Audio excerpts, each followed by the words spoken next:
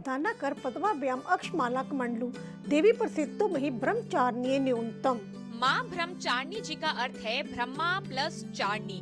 ब्रह्मा का अर्थ है परम सत्य परम ज्ञान और चारणी का अर्थ है आचरण करने वाली, जो ब्रह्मा अर्थात ज्ञान में लीन रहने वाली होती हैं। जो देवी अपने हाथों में जपमाला और कमंडल धारण करती हैं, वो तप और संयम की अर्थात और स्वयं मूर्ति हैं। बचपन से ही माँ पार्वती के मन में एक अजीब सा वैराग्य था। एक दिन माँ ऋषि नारद आए और उन्होंने कहा, तुम्हारा भाग्य है भगवान शिव जी को पाना, जिसके लिए तुम्हें असंभव तप करना होगा।